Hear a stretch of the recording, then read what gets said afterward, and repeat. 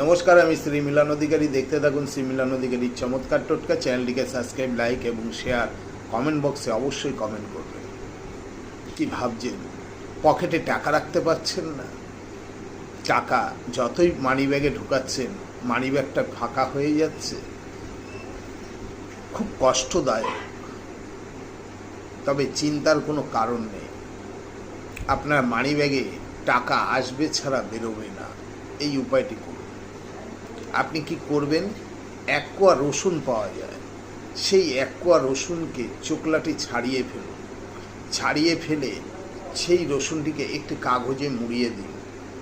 কাগজে মুড়িয়ে কাগজটার মধ্যে শুধু লিখবেন যে টাকা যেন ব্যাগে থাকে।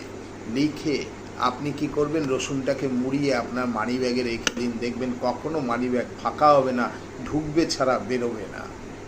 করে দেখুন, বিশ্বাস করুন।